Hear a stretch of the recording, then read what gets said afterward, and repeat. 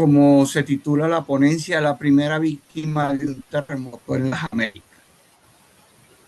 Eh, para, para empezar, vamos a ubicarnos geográficamente.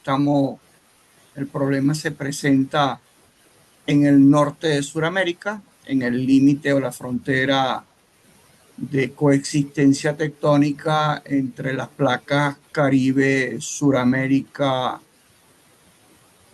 Cocos y Nazca en el noroeste suramericano. Vamos a irnos a visitar un poco la falla de Boconó, probablemente el accidente sismogénico, el accidente generador de terremotos de mayor relevancia en el territorio nacional, que bien saben ustedes, surcan los Andes de Mérida, pero también limita la depresión del Valle del Yaracuy en su extremidad más norte. Esta falla de Boconó en territorio venezolano se extiende por casi 500 kilómetros, pero se conecta con 1.400 kilómetros más de fallas para llegar hasta el Golfo de Guayaquil a través de fallas que cruzan el territorio colombiano y ecuatoriano. El segmento venezolano lo conocemos como Boconó y nos vamos a centrar particularmente en su segmento más norte, el segmento que surca, como les decía, los valles del Yaracuy entre Barquisimeto y Golfo Triste, la costa caribeña venezolana. Este segmento, que lo vemos aquí en mayor detalle en una cartografía de casas del año entre 91 y 95, nos muestra la traza controlando, digamos, la vertiente sur de la Sierra de Aroa, digamos que un bastión de cordillera de la costa que está deslindado, que está separado justamente por Boconó del conjunto cordillerano de la costa que regularmente eh, estamos acostumbrados a oír mencionar, que son todas las napas Caribe de la cordillera de la costa desde los trabajos de Bell de los años 70. Esta falla, desde mis inicios en Fumbisi, ya lleva 15 estudios de evaluación paleosísmica. Estos estudios, como van a ver, son no más que unas excavaciones artificiales hechas por nosotros para exponer donde naturalmente la falla no se muestra, exponer el plano de falla y poder estudiar su comportamiento a través del tiempo, particularmente en el reciente geológico. Como digo siempre, en términos de son de broma, digo que soy un geólogo muy superficial y eso es porque me concentro esencialmente en, digamos que, depósitos peliculares muy recientes y generalmente del cuaternario, muy probablemente del Holoceno. O sea, yo hablar de millones de años se lo dejo a la mayoría de mis colegas. Estoy trabajando generalmente en órdenes de miles a decenas de miles de años simplemente de historia. Esta lámina nos muestra, como les decía, el segmento E de la falla de Boconó, el segmento más norte, que se extiende entre Barquisimeto y la costa de Golfo Triste.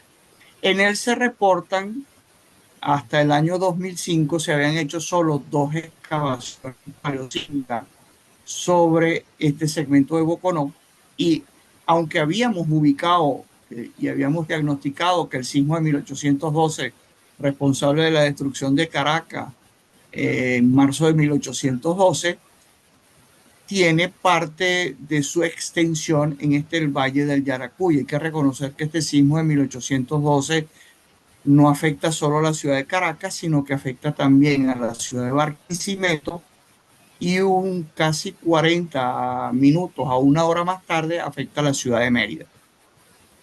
Sin embargo, el segmento de Boconó unido a San Sebastián, que se extiende entre Barquisimeto y probablemente el norte de Caracas, es el que afecta a esta región, y conseguimos que este sismo estaba en estas 2 excavaciones que hicimos en las poblaciones de Quigua y El Salto, marcadas respectivamente en rojo y en verde. No obstante, estos dos estudios, cuando se comparan, no dan historias muy similares, exceptuando 1812. Y eso nos llevó a densificar los estudios paleosísmicos sobre esta falla en el 2015 con 3 excavaciones que se hacen en el rectángulo amarillo. Rectángulo que les voy a mostrar más o menos acá. Pueden ver en una imagen de Google Earth las trincheras de Quigua que le mencioné anteriormente. La de Yaritagua El Salto no está en la figura, pero sí podemos ver las que se hicieron en San Ramón, estas dos que están acá, e Higuerón, que está un poco más al norte, entre Quigua y Yaritagua.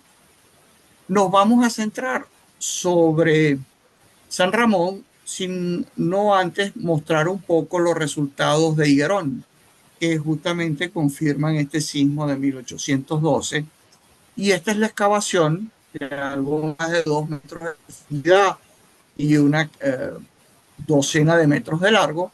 Nos muestra las últimas deformaciones de la falla de Boconó en ese sector de Higuerón. Lo importante que podemos marcar acá, pueden ver una serie de trazos en rojo que representan las distintas rupturas cosísmicas de la falla de Boconó. Importante es que deforman este nivel azul e igualmente producen esta gigantesca grieta de casi, digamos, casi 3 metros de ancho que representa la ruptura de 1812. Ahora los llevo a los estudios que quiero mostrarles en este caso, que son aquellos que realizamos en el mismo año 2015, gran parte no publicadas por razones financieras primariamente. Los resultados de las 2 trincheras de San Ramón aún están pendientes. Lo que les voy a mostrar es una de las cosas que surgieron en este estudio.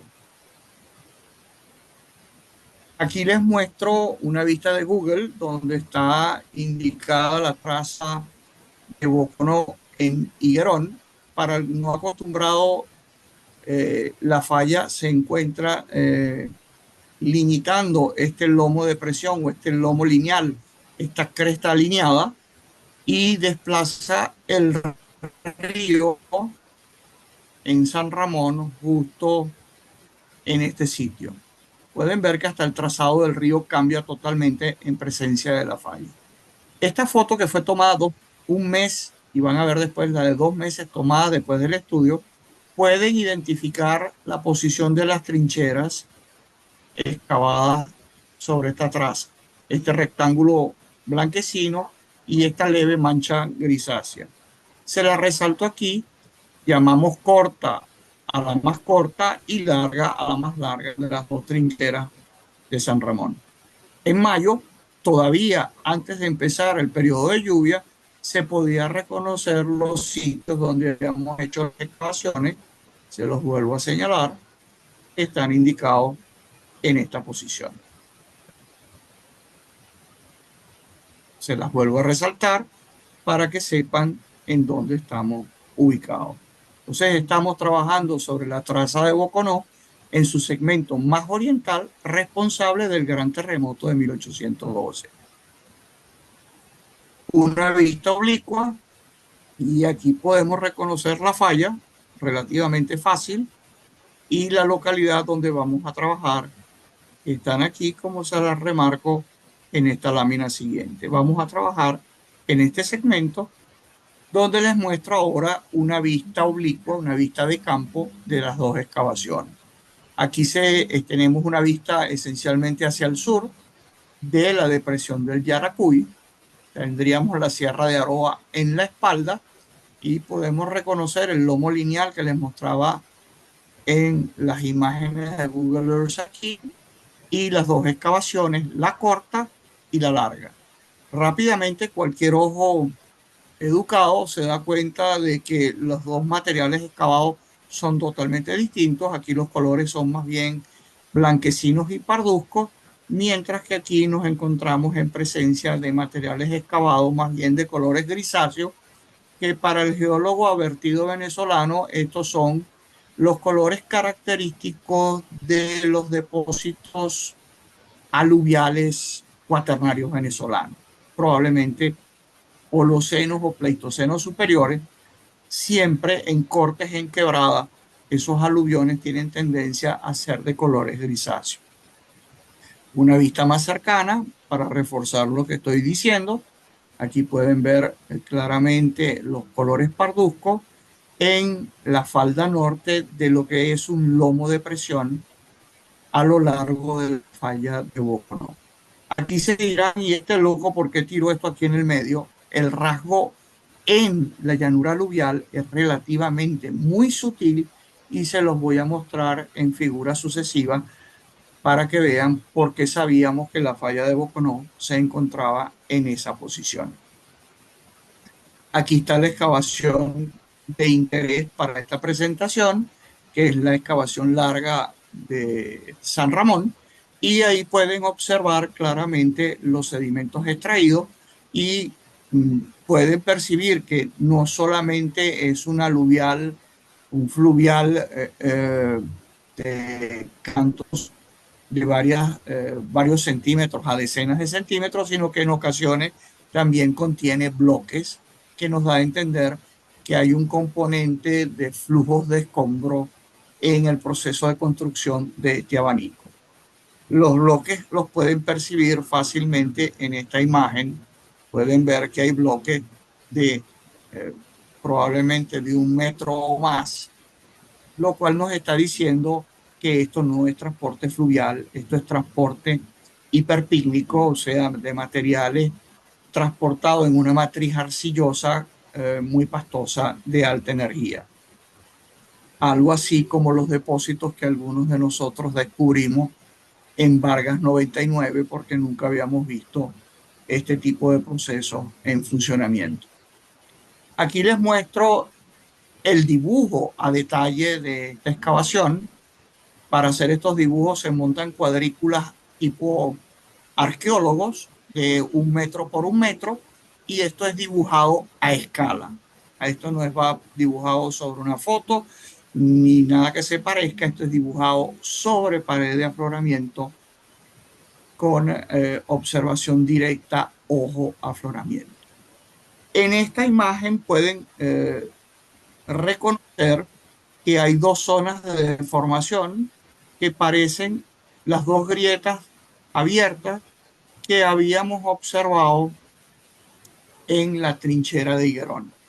Estas son un poco más modestas y ya les voy a mostrar algunas vistas de campo para que puedan apreciar que la estructura interna y la organización de estos depósitos es distinta a la trama aluvial flujo de escombros que tiene los depósitos excavados en este estudio.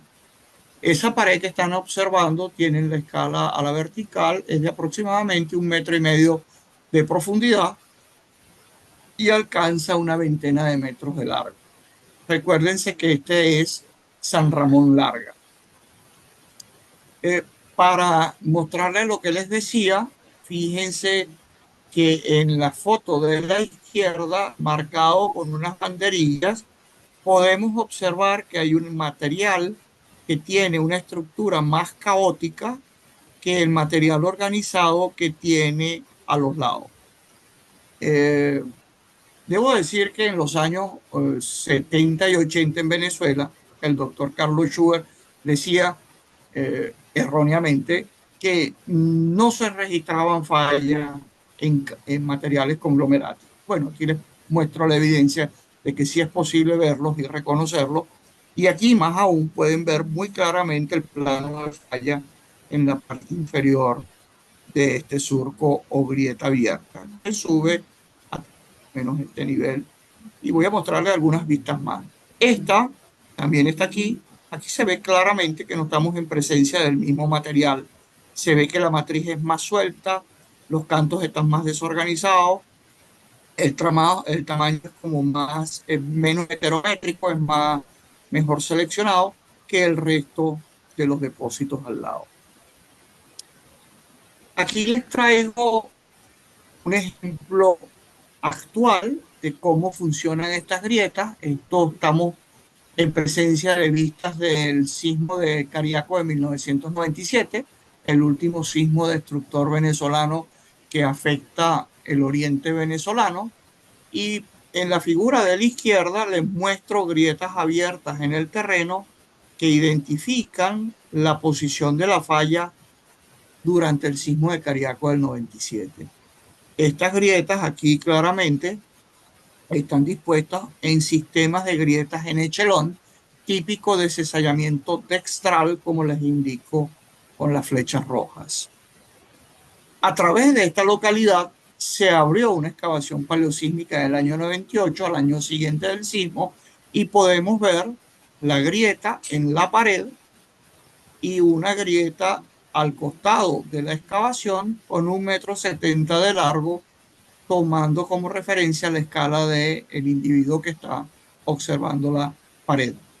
Esta grieta tiene un hundimiento en el orden de unos 45 centímetros, tiene un ancho del orden cercano a los 45-50 centímetros de ancho y cruza toda la secuencia sedimentaria que estamos observando en las excavaciones de la localidad de Las Manoas en el estado Sucre en el año 98.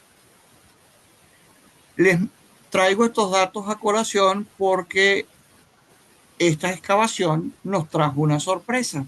Aquí les traigo en detalle otra vez el material que rellena la grieta. Está aquí el borde de la grieta más o menos, va por acá.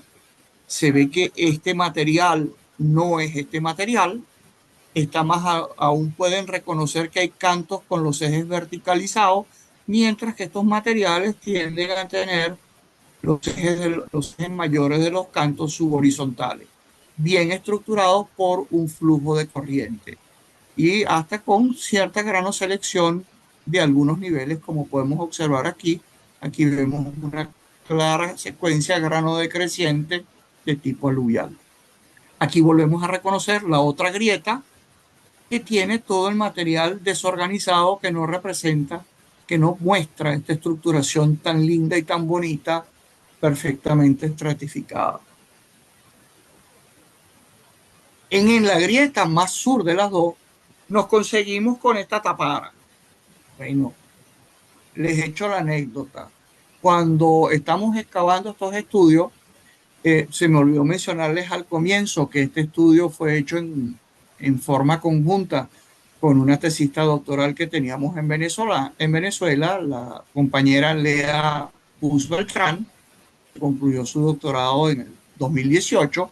Estábamos haciendo estas excavaciones y dos de los colegas franceses que nos acompañaban en esta excavación, después de haber terminado Higuerón, el domingo lo regresamos a Caracas y dejamos esta excavación expuesta, abierta, con los restos de esta tapada. O sea, pensábamos que esto que habíamos conseguido era una tapara o una totuma como la que les muestro a mano derecha, proveniente de un totumo o taparo típico que tenemos en nuestras regiones tropicales en Venezuela, que es excelente sostén para aquellos que no lo sepan, para orquídeas. Árbol excelente para el crecimiento de orquídeas. Bueno, señores, la tapara tuvimos que renombrarla y tuvimos que llamarla de forma jocosa tapara con dientes. Resultó que la tapara era un cráneo humano. Este cráneo humano les voy a ir mostrando una serie de fotos a medida que fuimos excavando la pared de la excavación. Aquí la tienen más de cerca. Aquí pueden ver la textura fibrosa de un hueso humano, y aquí tenemos la cavidad craneal con todos los huesos que se ha caído progresivamente de la caja craneal dentro del propio cráneo en el momento que empezamos a remover estos fragmentos óseos. resultó que esta tapara, como les decía, terminó teniendo dientes. Lo pueden apreciar aquí. Aquí pueden apreciar los molares. Aquí pueden ver la serie de molares más claramente. Y aquí tenemos la mandíbula inferior en muy buena condición, salvo este cóndilo que está un poco dañado, la apófisis de la mandíbula aquí. La mandíbula está en perfectas condiciones.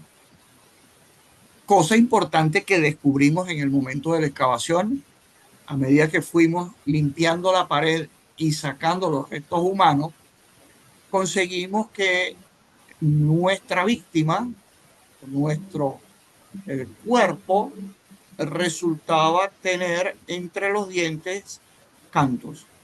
Recuérdense que durante el proceso de excavación yo fui removiendo todo el material suelto que había en él, lo que significa que esta persona tenía en el momento de su muerte la boca abierta y se le había llenado totalmente de tierra. Tierra con cantos, los mismos cantos que envuelven todo este cráneo. Pero resultó que no era solo un cráneo.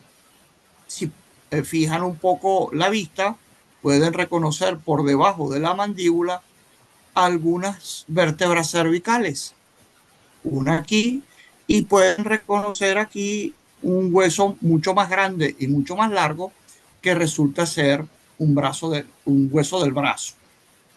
Probablemente estamos en presencia de un número en este momento. Aquí les muestro más de cerca la evidencia de que mi víctima estaba mordiendo fragmentos de roca. Ahí tiene un canto redondeado entre los dientes y va a resultar que esta persona tenía una dentición no solo completa, sino casi perfecta. Ahí pueden ver que tiene cordales, dos molares, dos premolares, el canino y los dos incisivos. Y esto se repite para las cuatro porciones de mandíbula, las dos mandíbulas, los dos fragmentos superiores y las dos fragmentos de mandíbula inferior. Esta persona tenía sus 32 dientes. Les debo confesar que yo a los 17 años ya había perdido varias piezas, cosa que esta persona no había perdido. Y del hecho que tenga cordales, nos sugiere que su edad debe estar por lo menos al finalizar la adolescencia, comenzando la adultez precoz. Esta persona probablemente estaba por encima de los 18 y en sus primeros 20 años. Seguimos con los procesos extractivos, salen más vértebras y para poder seguir con el proceso de extracción, hicimos un trabajo de antropología, digamos, rústico, de enyesado de esta calavera para poder extraerla de la pared. Aquí tienen el rostro de nuestra víctima después que logramos extraer el grueso de su caja craneal y sus mandíbulas. Aquí tienen una vista cercana de esta víctima y, como les decía, tiene sus 32 piezas dentales completas. Más aún, cuando uno analiza de la dentadura de esta persona, observa que no tenía casi ni caries. Están dos señaladas ahí. Ojalá mis caries hubieran sido de este tamaño en mi juventud. Esta persona tenía la dentadura casi perfecta. Siguiendo con el proceso extractivo, aquí pueden ver que a mano derecha, en cualquiera de las dos fotos, tienen un omóplato, o sea, la paleta, o sea que ya no solo tenemos el cráneo y las vértebras cervicales, sino también torácicas. Empieza a aparecer los omóplatos y toda la osamenta fina que tenemos en la punta del cuchillo no son más que carpos y metacarpos, son las falanges de una de las manos que venía amarrada al húmero que les mostré antes. Y si hacen cuidado, aquí está uno de estos huesos del brazo, pueden notar que hay también costillas. Aquí están secciones transversas de costillas de nuestro humano enterrado dentro de esta grieta abierta de la falla de Boconó. Aquí tienen fotos de detalle del húmero y de una costilla. Parte del omóplato se ve en la foto de la derecha. Bien, esto fue lo que recuperamos de nuestra víctima. Ahí pueden ver el maxilar inferior completo con todos sus dientes y en muy buena condición. También a mano derecha pueden observar los fragmentos de la caja craneal que fueron tocados. Afortunadamente fueron tocados muy levemente por la retroexcavadora que hizo la excavación. Y eso nos permitió poder recuperar esta pieza arqueológica en forma completa. Lo importante para nosotros es que este individuo resultó tener la radiocarbónica cercana a 300 años después de Cristo. Aquí estamos en el cero que marca el comienzo de la era actual y esta persona está cercana a 300 años con una dispersión inferior a los 100 años para ambos lados. O sea, esta persona vivió alrededor de 300 años después de Cristo.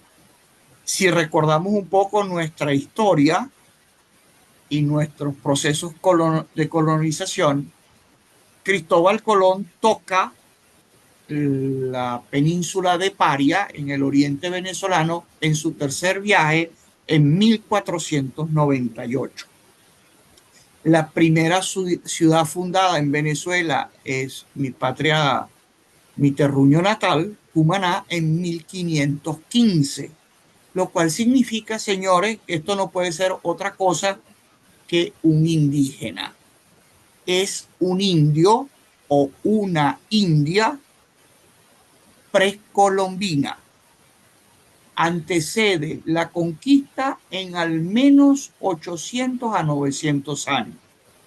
Estamos claramente en presencia de un nativo indígena del Valle del Yaracuy, antecediendo la conquista por lo menos en 800, 900 años. Y hacemos un análisis comparativo de la edad de la indígena o de la indígena, este amerindio, está claramente fuera de los rangos de edad de los sismos recientes que afectaron la región del Yaracuy por intermedio de la falla de Boconó. Como les decía, habíamos reconocido el sismo de 1812 en la trinchera de Higuerón y también en la trinchera de Yaritagua. Son estas dos edades que están aquí. 1812 perfectamente reconocido en dos de las excavaciones. De la excavación ya suponíamos que este resto humano no correspondía ni al último ni al penúltimo sismo por el número de eventos que podía develar de la estratigrafía del relleno de la cuña abierta. Y esto coincide de que por lo menos debe ser probablemente una víctima del antepenúltimo sismo de Boconó. Debemos decir que no extrajimos todo la osamenta. Estoy convencido y estábamos convencidos de lo que hicimos el trabajo, que ahí seguían y seguirán los restos de esta víctima del sismo, del antepenúltimo sismo de Boconó.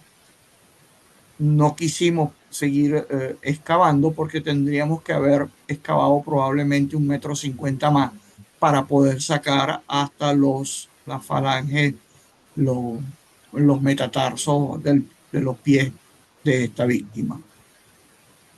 Entonces, Hay unos, hay unos análisis que hicimos.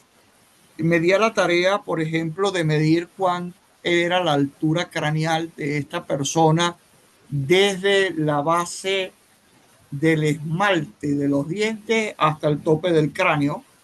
Bueno, y coincide que esta señora o este señor es muy parecidos a nosotros, tiene entre 16 y 17 centímetros entre la base del esmalte y el tope del cráneo, como todos los miembros de mi familia.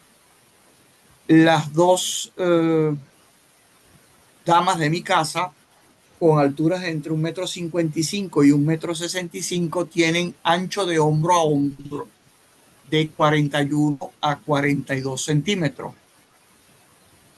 Permite de que cualquier cuerpo humano, inclusive yo que estoy cercano a los 50 centímetros de espalda, quepa en esa grieta que conseguimos en la trinchera de San Ramón Larga. La otra cosa que podemos decir, estos restos habrían cabido muy bien, perfectamente, con 1,70 m de largo, dentro de las grietas del sismo de Cariaco del 97 que les mostré de referencia. Quiere decir que estas grietas son perfectas sepulturas humanas si uno tiene la desdicha de encontrarse en el terreno en el momento del sismo y ser pescado por la ruptura de un sismo en acción. Esto rompe un poco ciertos paradigmas porque había escuchado mucho, lo cual fue puesto en contradicción durante el sismo de Cariaco, que decían que las fallas no tragaban gente ni tragaban cosas. Y esto fue puesto, fue negado durante el sismo de Cariaco del 97, porque un señor nos reportó que había perdido una res, una vaca, porque se le habían fracturado las dos patas delanteras durante la ocurrencia del sismo por haber sido pescada por una de estas grietas en el momento de su apertura durante el sismo de Cariaco. Entonces, el paradigma de que las fallas no tragan cosas y no tragan gente debe ser cambiado. Entonces, para llegar a términos como de conclusión de este trabajo, podemos decir que la falla de Boconó en este sector se caracteriza por generar grietas abiertas con rellenos sedimentarios retrabajados del mismo material vecino, que restos humanos fueron encontrados en una de estas grietas, en la de trinchera de San Ramón Larga, que esta víctima, este humano fue muerto durante el evento por el hecho de que queda soterrado con la boca abierta y llenada la cavidad bucal con tierra. Es posible que esta persona haya tenido dos causas combinadas de muerte. Una, el conseguir la mano cercano a la cabeza, todos los dedos cercanos a la cabeza, hace presagiar que la persona, al encontrarse boca arriba, cayó de espalda dentro del hueco, y al caer de espalda dentro del hueco puede haber sufrido dos causas de muerte. Una, que de repente no le produce la muerte, pero lo paraliza, se desnuca, se le rompen las cervicales, y lo segundo, termina enterrada por el material que cae en el momento del sismo encima de ella, estando con la boca abierta. Entonces, la segunda causa de muerte que asegura que esta persona muere durante la actividad de la falla y dentro de esta apertura, dentro de esta grieta abierta, es el hecho que tiene la boca llena de tierra y tiene que haber muerto asfixiada.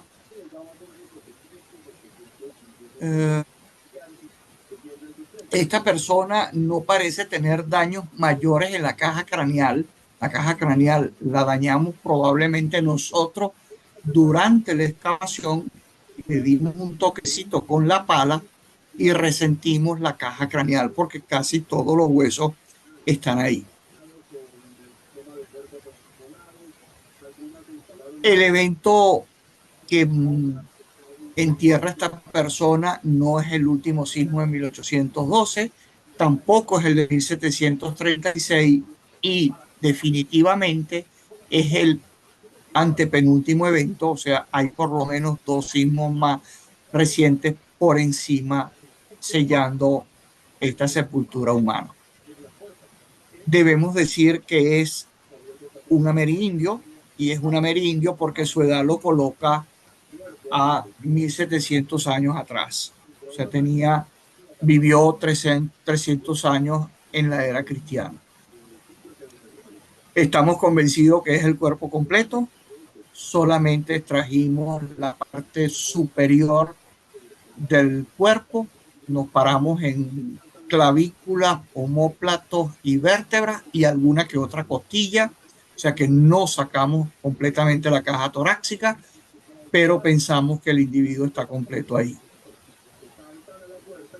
El hecho de que tenga sus 32 dientes nos permite decir que ya no era adolescente, ya tenía las muelas del juicio, estaba probablemente en sus primeros 20 años, muy buena dentición, y sospechamos que era una mujer, y esto es una interpretación muy personal, porque tiene los incisivos inferiores muy desgastados y parece que fuera, sabemos que los indígenas nuestros eran muy buenos tejedores y sobre todo en esa región de Venezuela de fibras vegetales. Cocuiza, sisal y cosas por el estilo se usaban en esa región venezolana para hacer cestería. Entonces sospechamos que es una mujer que cae de espalda y efecto combinado de repente de parálisis por rotura de vértebras y muerte por asfixia son las causas de tener esta persona hoy en día enterrada en la abierta de la falla de Boconó. Aquí están los actores de la película eh, los coleccionistas de hueso. Muchas gracias por su atención.